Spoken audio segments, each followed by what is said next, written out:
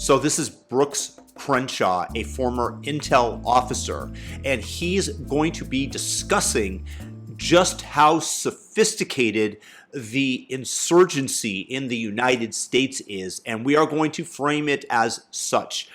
I'm going to be commenting and bringing you my thoughts. And again, my goal is to be useful and bringing you this understanding from an intel officer who's faced time overseas and investigated true terrorism, etc. So make sure to thumb up the video right now for the algorithm, and please enjoy and comment below what you guys get out of this. So I've waited for some time to make some more specific statements about the Pretty case, the Pretty shooting in Minneapolis. And largely I tend to wait on these investigations just because I know how these play out.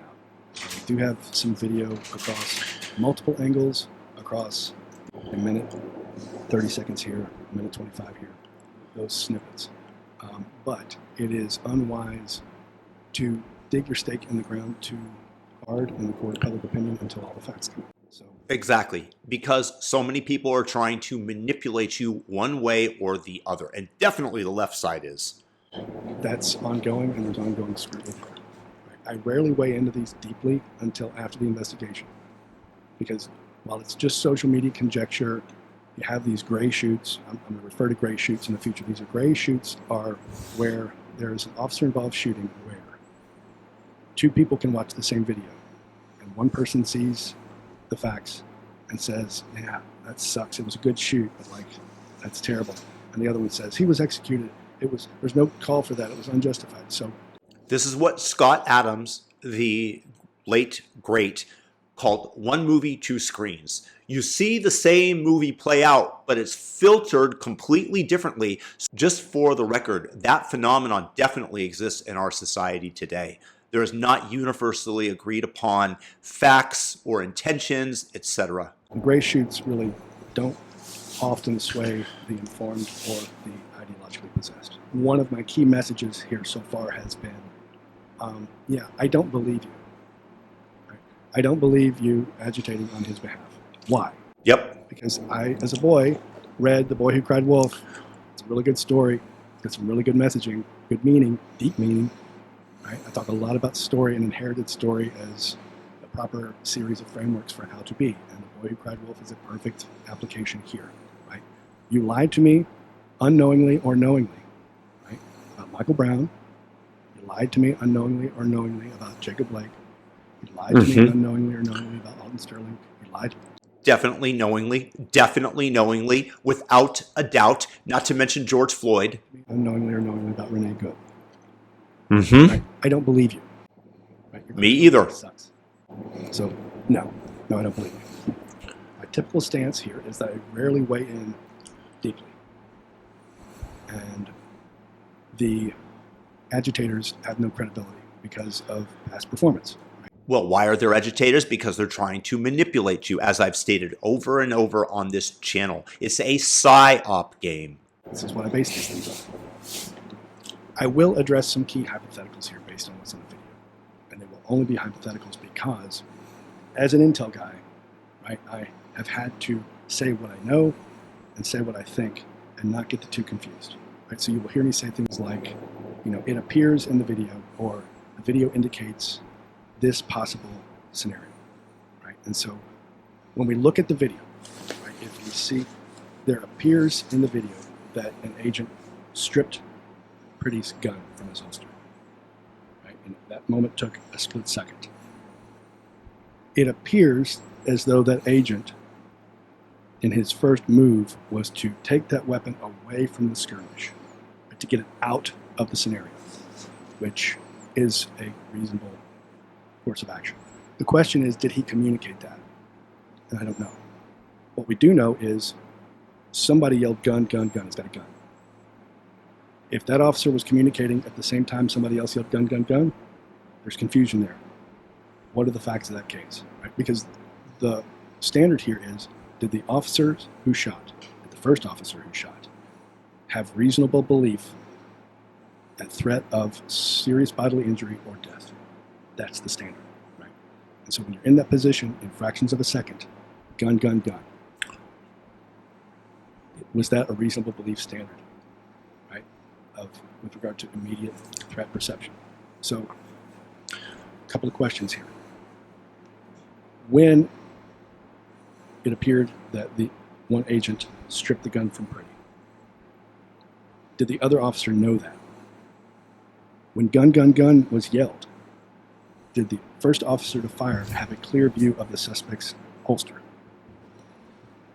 Or did he only see the hand reaching for the belt line with the body blocking the view of the holster? The officer must have reasonable belief that he's got a gun and he's going to use it. Here's another question, right? Depending on the type of holster that Pretty had, in the middle of a skirmish, when that officer stripped that weapon, he may very well not have realized that.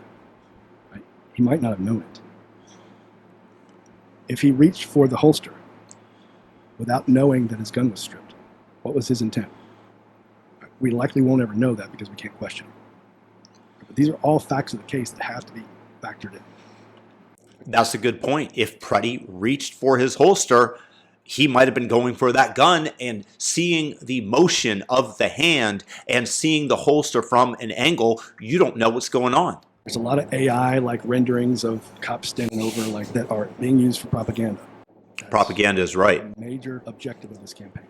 Absolutely. What is happening by design? With all of And this is why I'm bringing you this breakdown, because it extends much further than an individual case. It's to be able to spot this going forward into the future and see the pattern of propaganda and the psyop that is being done on the American public. those facts, it is clouded. The armchair quarterback who's never been in force-on-force training, never had to carry a gun in his duties, I'm not really interested in your opinion. What I'm going to ask you to do is... You're very polite. Because you've been wrong every fucking time. Every time. So like, maybe stand by.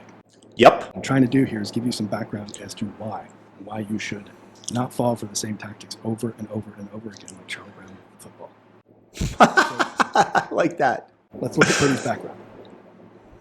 Right. We know that he was part of the Signal Chat. We know that he was part of this. I Spits. call it an insurgent network. Spits at the officer. Right. I have interdicted Kicks. these insurgent networks. There was a Green Beret who recently did a post. Look. Kicks out the tail light.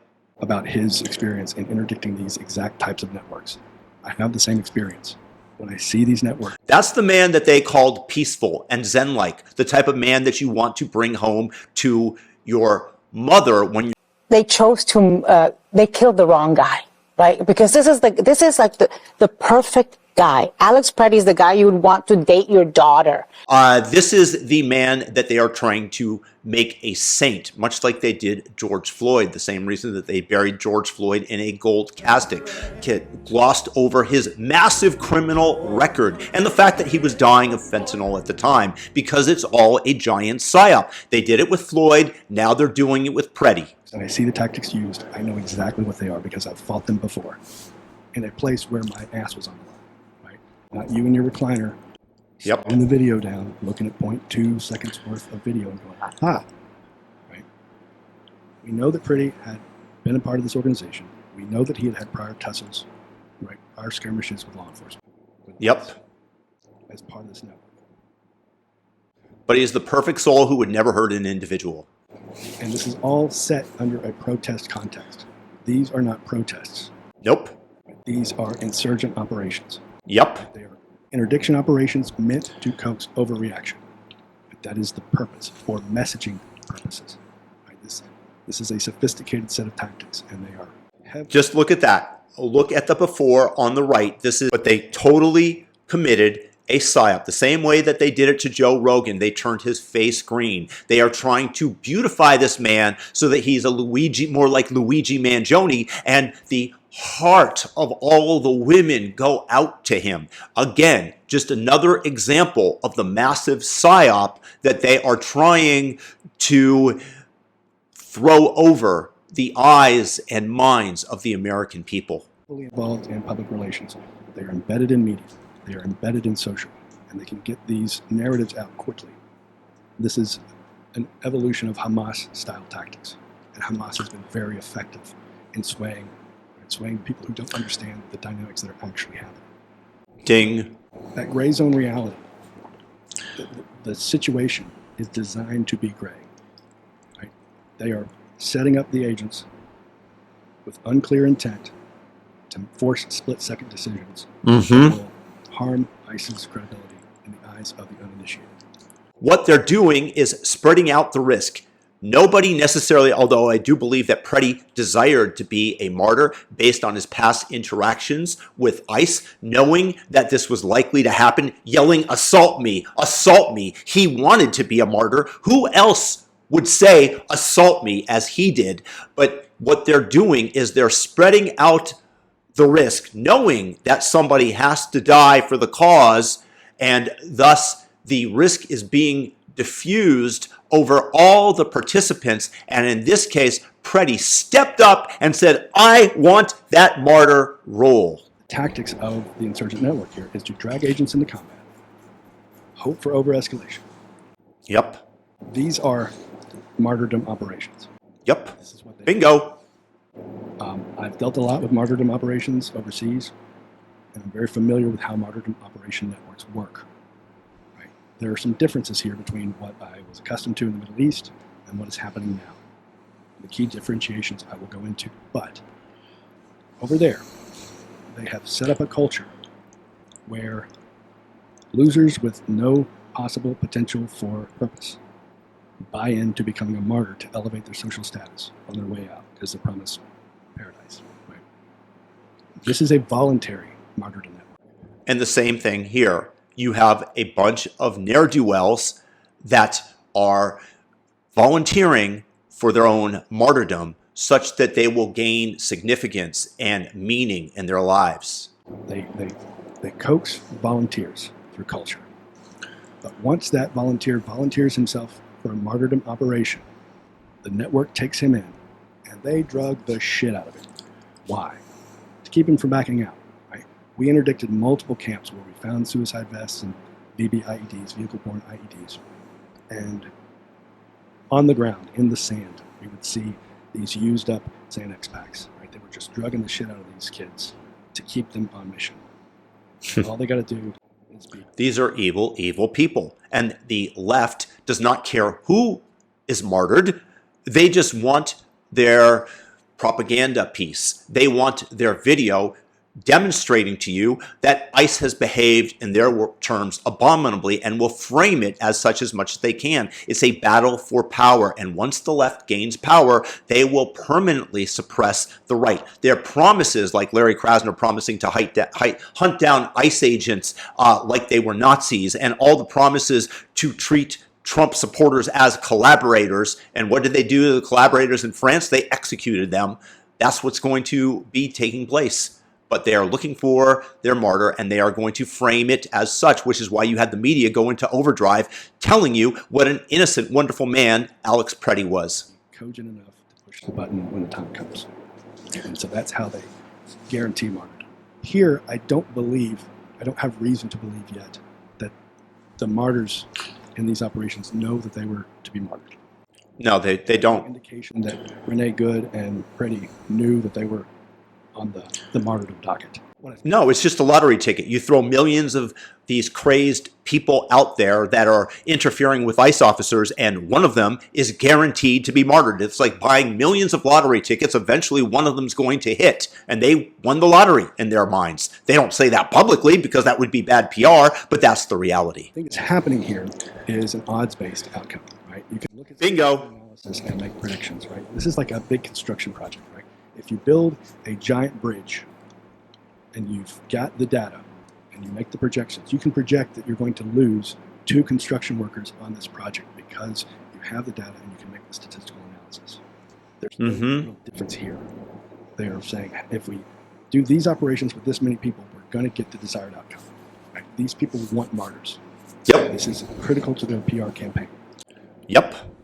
So the way this is set up culturally here is our politicians are telling largely fat losers with no purpose to go and be a superhero, right? Ding, ding, ding. These fat lefty women that are getting just waylaid by ICE think they're Captain Marvel because Tim Walz said, get into ICE's face. These politicians are saying, get in their face, get in their way, tell them they're not welcome here. They are encouraging, and they're setting up a culture where they're Maxine Waters. and participating in the operations. Yep. So you have this sophisticated insurgent network And then you have some useful idiots in there. Right? There are different levels of depth with regard to affiliation to the group.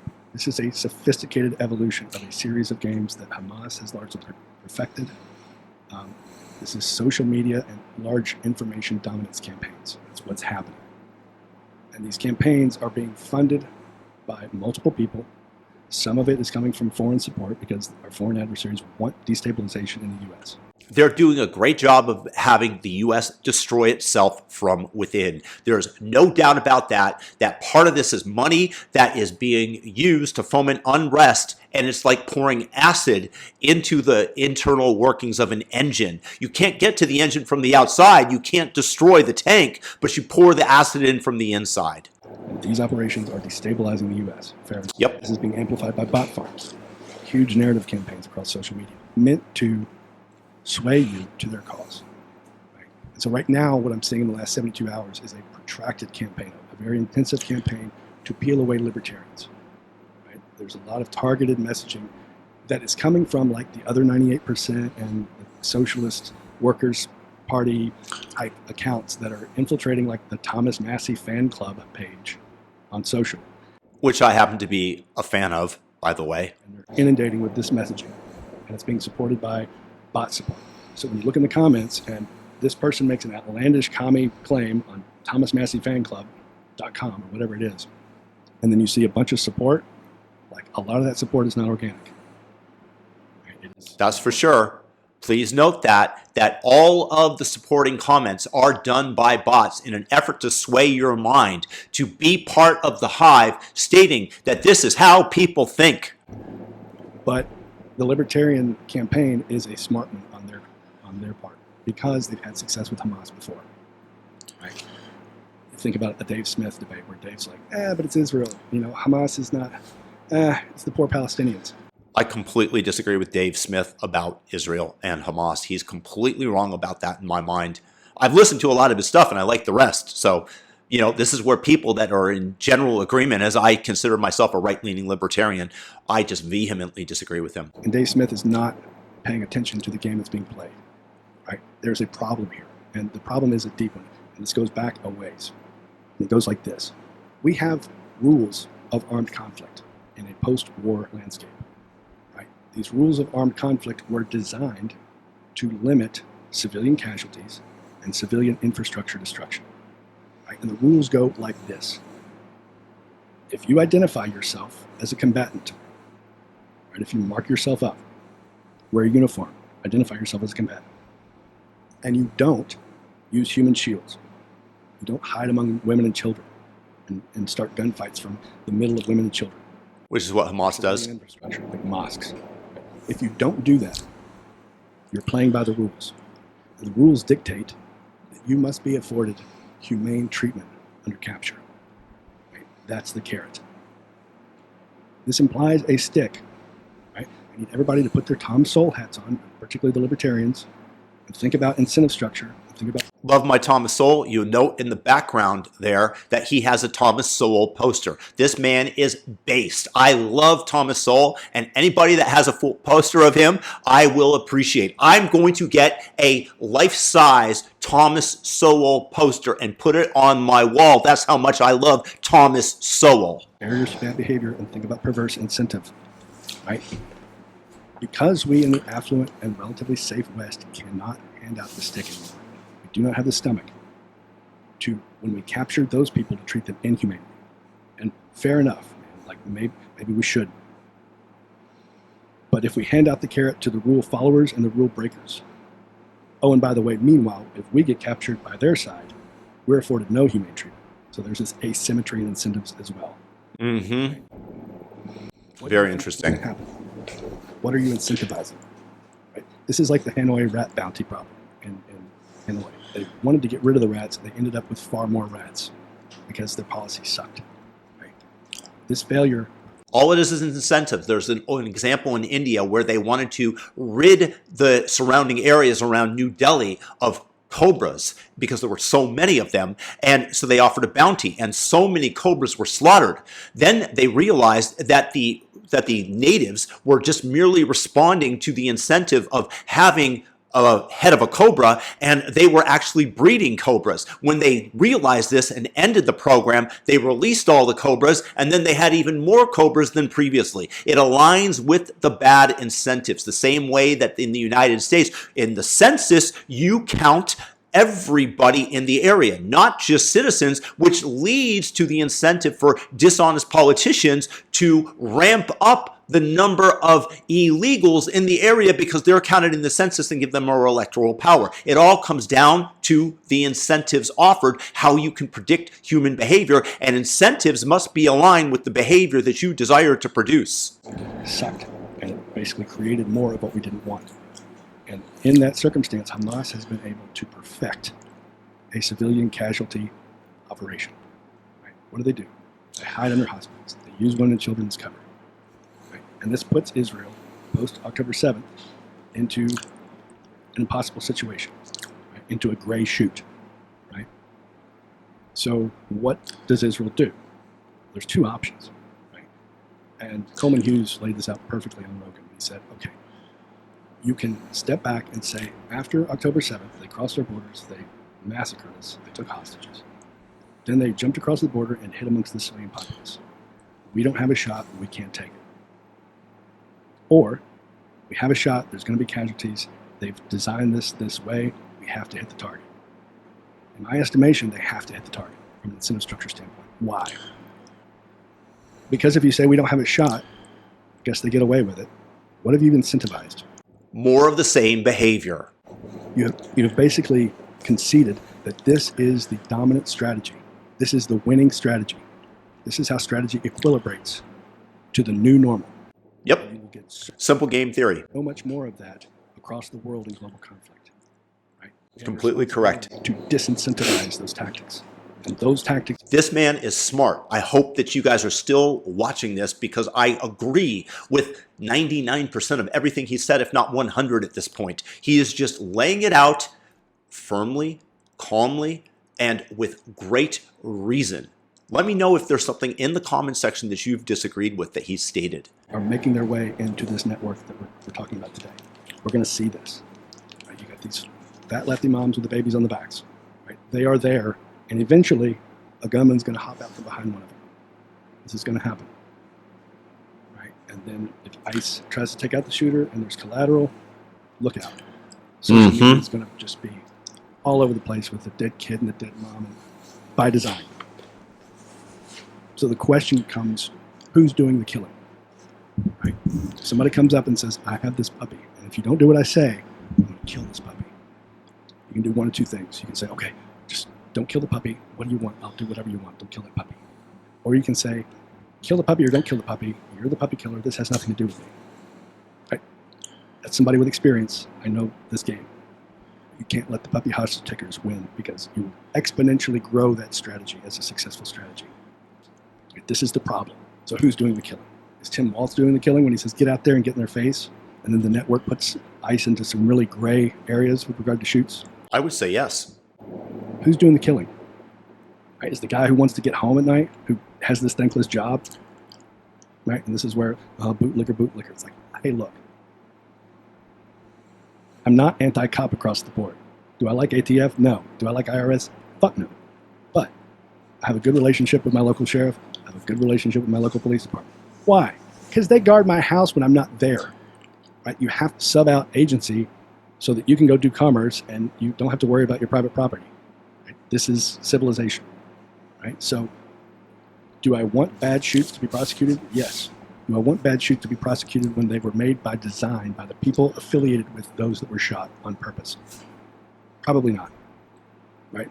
Now we've escalated into something that is not a protest. It is not a civilian on law enforcement. It is an insurgent on law enforcement. Absolutely. What do you think all those whistles are for? They're blowing them at the top of their lungs. Those things are loud. You can't hear yourself. They add to the confusion. They are intentionally creating the environment that will precipitate a death like Alex Pretty. These are evil people. They know exactly what they are doing, especially the higher ups. Yes, there are some dumbos that are on the ground that are fighting the ICE officers that may not be completely aware of what's going to come, but they're dumb, not the higher ups. Now we're in an armed conflict. This is an escalation of a game. And so to the libertarians, right, who they're attempting to peel away, right, I am largely libertarian on most issues. Me too. I'm a huge supporter of Thomas Massey. Me too. He's my guy. Right? I vote for him. I defend him at every family function when everybody's like, he's voting with the Democrats. It's like, no, he's not. The Democrats are voting against Trump. Massey's trying to point north. Somebody's got to point north, right? Massey is one of the only congressmen, along with Rand Paul, that tries to point north, that votes according to principle. John Fetterman on the Democrat side might approach that, but not completely. I agree with that. Right. I support what Trump is trying to do with regard to the invasion that's happened in the last 4 years. It is an invasion. When Massey and Trump disagree, there are times that I agree with Massey. There are times that I agree with Trump. And this tells me that I'm operating in good faith, right, and trying to assess each situation and not being beholden to the cult of personality of either figure. And that's really important. You libertarians, right? Do you think if this campaign is successful and the collectivists regain power with no consequences from last time, right, you think they're going to let you be a libertarian? No. You think they're going to let you just be a libertarian and try to live a libertarian life? And that's why I am residing outside of the United States, because I'm cutting off ties as much as I possibly can, because I genuinely fear that this is a possibility. No. You're going to have COVID times 100. Right? You're going to have the last 4 years times 100, because once the coast is clear and they are free from accountability, it's endgame. Right? So if you think siding with collectivists in this dynamic is going to help you, I need you to play chess and put the coloring books away. Right? That's a big deal. Thank you, man. Because well stated. This is a complicated game, and you're being steered by the Mott without understanding the Bailey. If you don't know what Mott Bailey is, you should go look that up right now. Mott and Bailey, in modern terms, is a communication tactic. The Mott and Bailey fallacy, where a speaker argues for a controversial position, all ICE should be destroyed, the Bailey, but when challenged, retreats to a more modest, easy to defend position. I just want ICE to follow the laws, and that includes maybe sanctuary city laws. This is the Mott and Bailey. So you go back to a more defensible position, and you're exploring what you can get away with the Bailey. You can't walk with a gun. Bullshit, Mr. President. Right? Absolutely not. Completely disagree. Right? I hate it when he talks like this. Most of his talk is talk.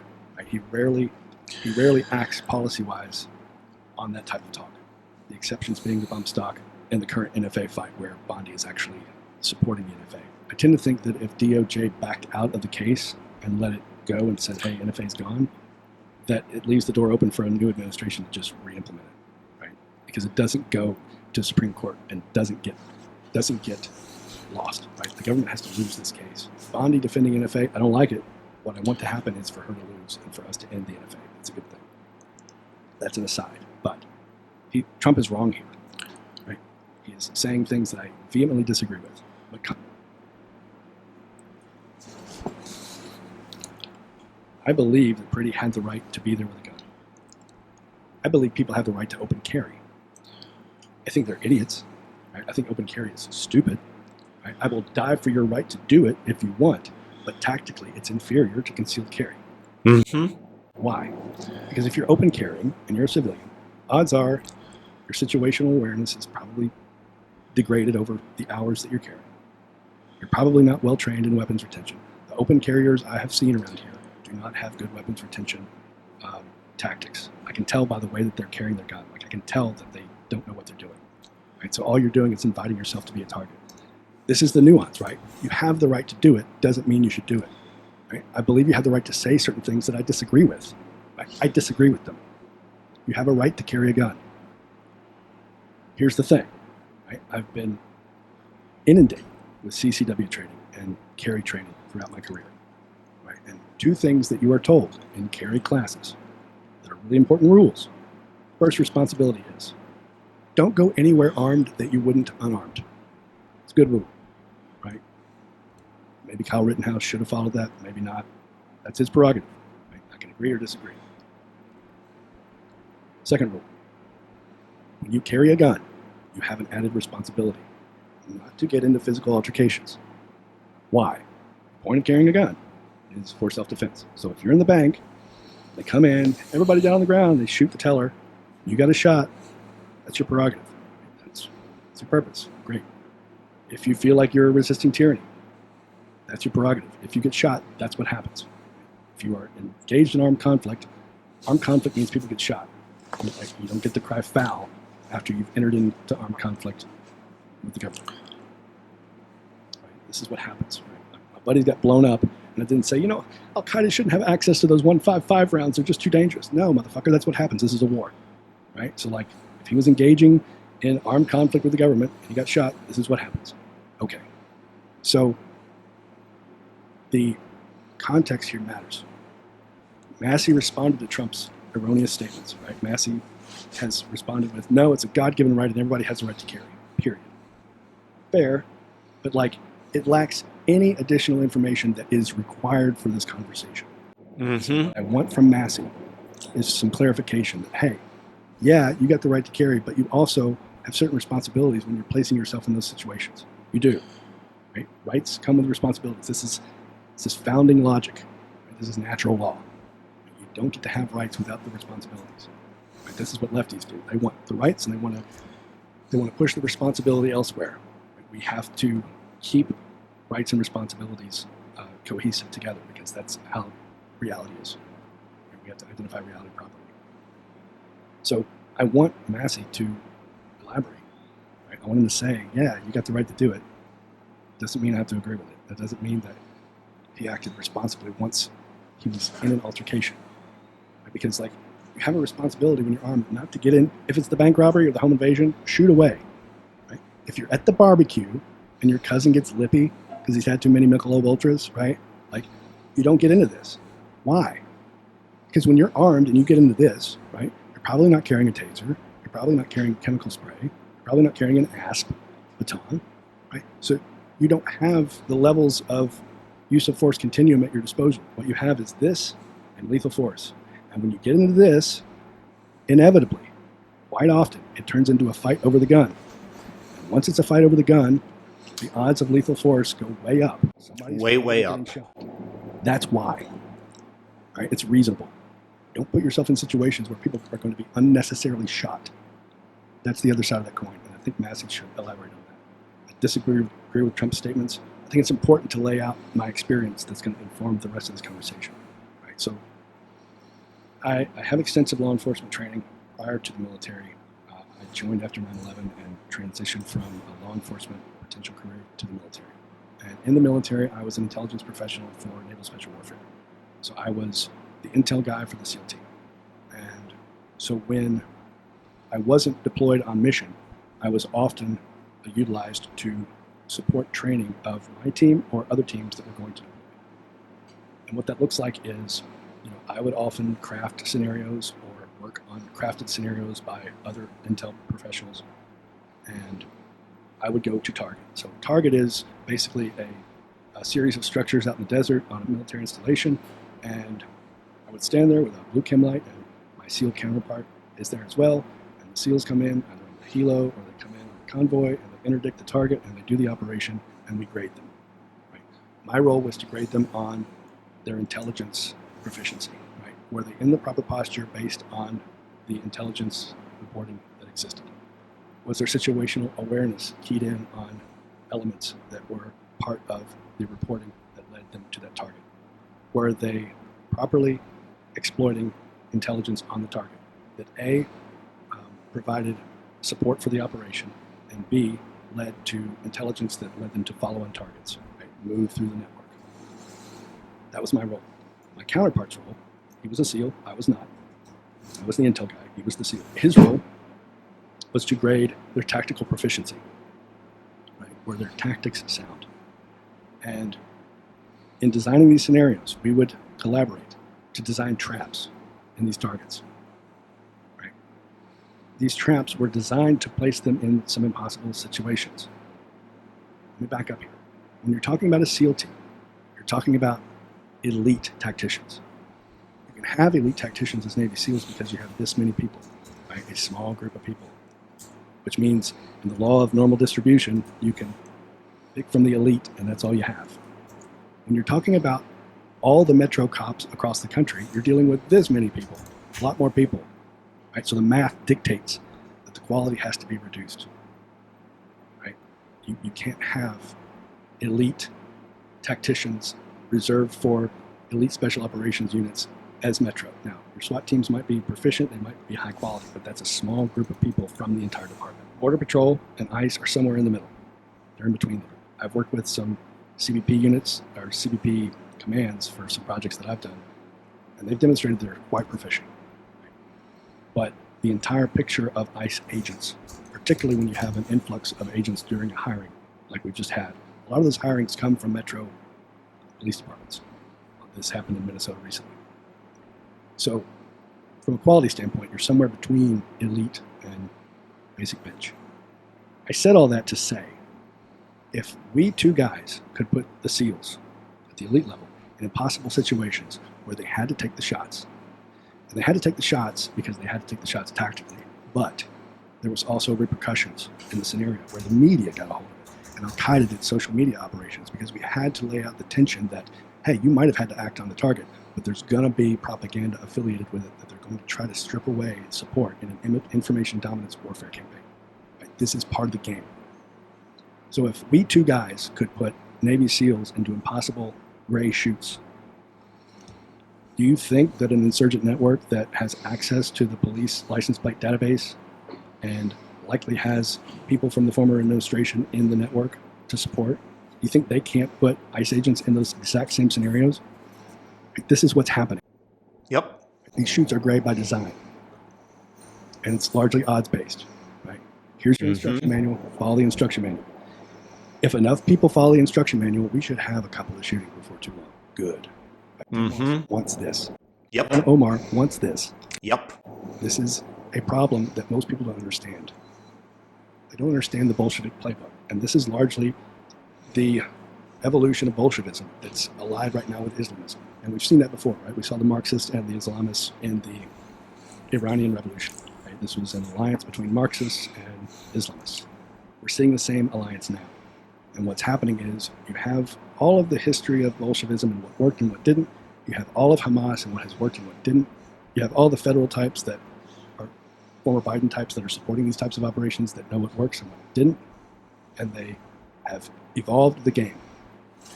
So when I say like communists, people are like, what year is this, Grandpa, right? The Cold War's over. What are you talking about? And when you do that, what you're basically saying is when I say basketball and somebody says, what's he talking about? And shows a video of a 1940s basketball game, right? No. Basketball today is something completely different than basketball in the 1940s because the game has evolved. It's much more sophisticated. It's much more fast-paced. It's much more complex, right? And so to be disingenuous and point to 1940s basketball, when I'm talking about the current NBA, right, that's what's happening. This is Bolshevism.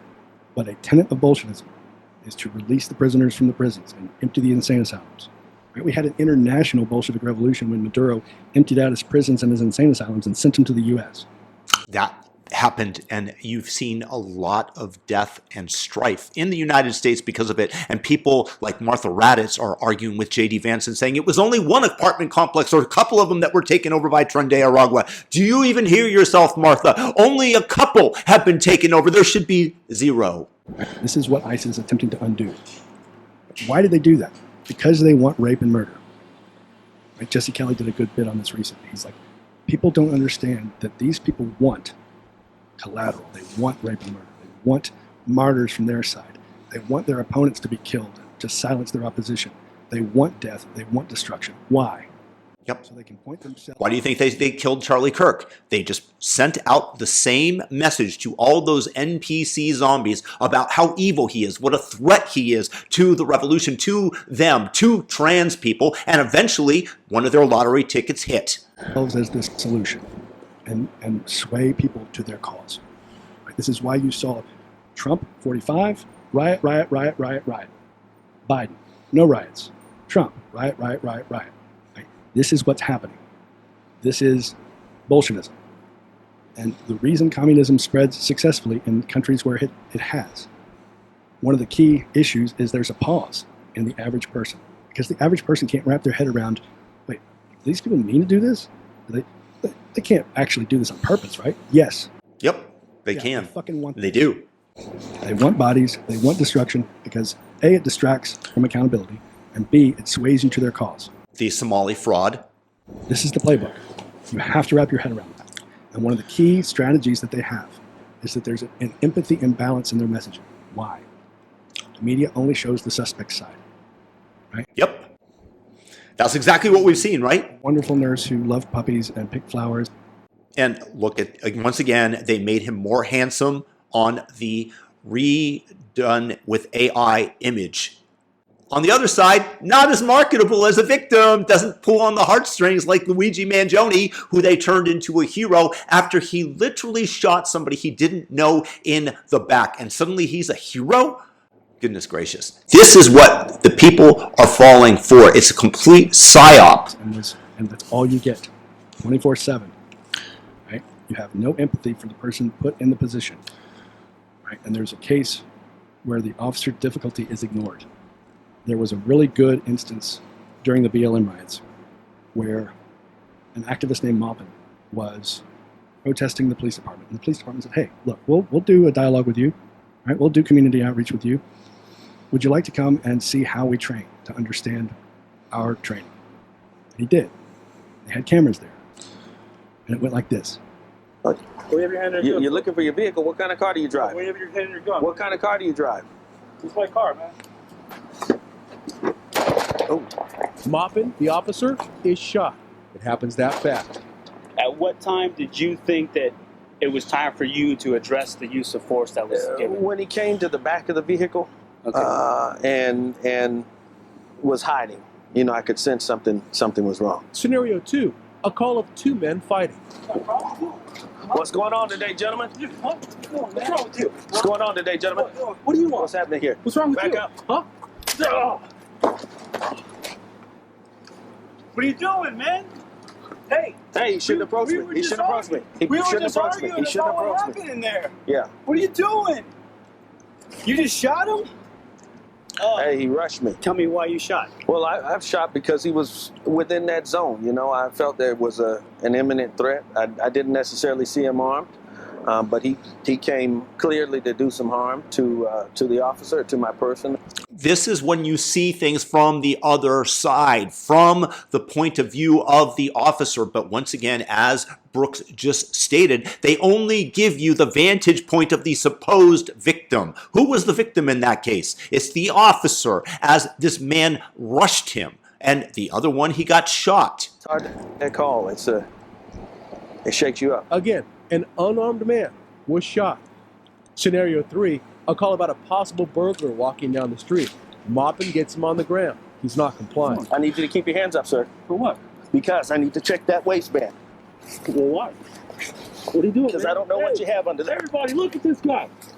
What are you doing? No shots fired, but the suspect did have a hidden knife in his waistband. So, like, while Bingo. you're sitting on your That's couch, really interesting.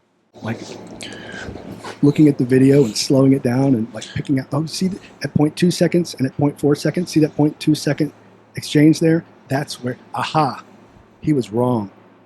Yeah. I invite you to go do some force on force. I've done a lot of force on force. I put people in force on force. You need to sit in the position to understand it. And you don't. Because you're off in your world. Right? Fair enough.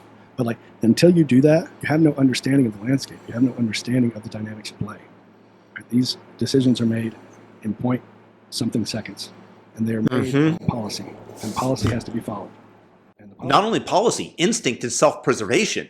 If you truly believe that somebody poses a threat to yourself and you do not act, then you end up dead and your children go through life without a father. See, does the officer reasonably believe that he is under threat of serious bodily injury or death? That's the standard. We can't come up with anything any better. Right? If you come up with something that's more intricate, you're going to incentivize the criminals to kill the cops. Some of you would be for that. Fuck you. Yep. If you made it too relaxed, you might have a tyrannical police department that's actually going and doing what the agitators are saying they're doing now. Right? This is at an equilibrium, and policy has evolved over time to address the reality. So again, with regard to these sophisticated messaging campaigns, I want to talk to libertarians. I'm largely libertarian on most issues. You will not be able to be a libertarian if you allow the collectivists to sway you to their cause. I want a political spectrum that is more aligned with that. But with regard to the network in question, the lieutenant governor of Minnesota is an admin on this signal chat. Right? She is part of this network. This is sedition by That is sedition. definition. Oh, he just said it. Is an insurgent network affiliated with state government officials operating against federal agencies. Is there a time for that? Yeah. Is there a time for us to be seditious? Yes. Do I When the Bolsheviks come back to power. support the commies in their sedition in an attempt to overthrow the country? No. Right? This is context. Right? It's like, oh, you're for the American Revolution, but you're not for this revolution. Actually, yes, that's correct. Yeah, no shit. So what I'm attempting to do here is lay out the game. If you understand the game that's being played, you can determine whether or not you wish to play it. You do not have to play this game. When you see what happens in these escalations, you can understand, oh, they're playing a game, and it's tragic that they're getting these people killed. Just like it was tragic that they got suicide bombers to blow themselves up in Iraq. I didn't lose sleep over them, right? They made their bad decision, right? Tough. That doesn't sway me because I know the objective and I know the game and I know what the end game is. You have to understand that. This is what's happening with the Renee Good case and the Pretty case. These are being used for that purpose. Do not fall into that trap. Right? This is an attempt to inoculate you to a virus. Critical theory is a virus by definition. Right? They call it that themselves. The purpose of critical theory is to make more critical theorists. It is to replicate. Right? This is like pluribus, except history tells us that once they are a hive mind, they are rarely nice to Carol. Right? We have a historic analysis to look at versus the hypothetical TV show. You do not want that to play out. You do not want critical theory to come to critical mass. And it has largely in America. It has largely in our institutions. And we have to combat that as well. Oh, I totally agree. They're trying to peel off with commie propaganda. Know the game. Know what's at stake. Massey and Trump. That's where I want the spectrum to be. I want the U.S. political spectrum to be between Thomas Massey and Donald Trump. Right now, it's between Ilhan Omar and Donald Trump. And Thomas Massey is over here screaming in the wilderness. Yep. And not accomplishing much other than messaging. Right? We have an opportunity to potentially get the U.S. political spectrum between Thomas Massey and Donald Trump. I don't see how we do that unless we mass incarcerate the communists and silence their voices on a permanent basis. If you have Hakeem Jeffries saying that members of the administration should be put on ice, we have serious troubles because that's another veiled threat of violence against anybody who disagrees with the left. These are Bolsheviks and they are playing to win, and when they usurp power, they will come and destroy everyone. Address the debt. Address the agencies in the Javier Milei sense. We want the spectrum to shift.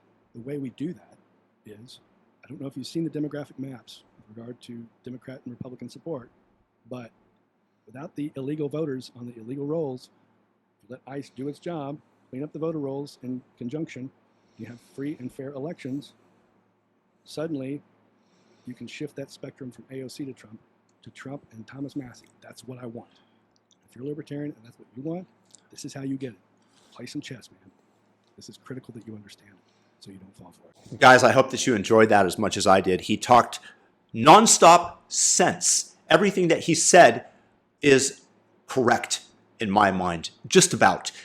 And it was fascinating as he described the tactics of Hamas that the left is imitating here in the United States. And once again, they're trying to diffuse the risk over any number of combatants against ICE, knowing that one of them is going to be martyred. And then that individual gets the notoriety posthumously as their martyr, much as Alex Pretty is being given, much as the media attempted to do for him, to frame him as a saint, the type of man that you want your daughter to bring home, just over and over again. And you have to be able to see that and to see the psyop. And that is my mission here.